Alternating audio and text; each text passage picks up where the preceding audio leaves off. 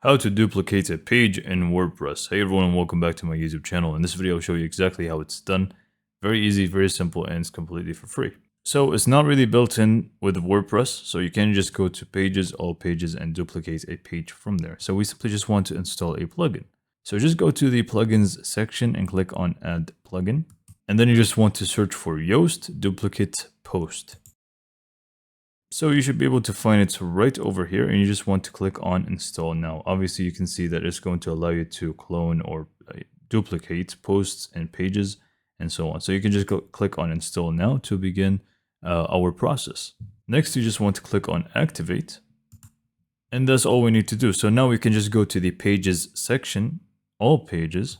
So in here, what we want to do is just hover over the page that we want to duplicate, and you should be able to find a few more options here, including the clone one. So just go and click on clone. And as you can see, we have this new one here, which is a draft. And you simply just want to edit the page. And it's going to be an exact replica or a copy, a duplicate really, of the previous page. Now, that's pretty much what I had on the previous page, nothing.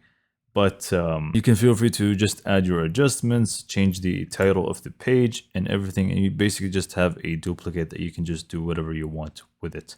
And even if you used Elementor with the previous one, you can just use it here as well, as you're going to basically have an exact duplicate. And this is pretty much how to duplicate a page in WordPress. So hopefully you found this video to be informative and helpful. And for more information, subscribe to my YouTube channel, and thank you for watching.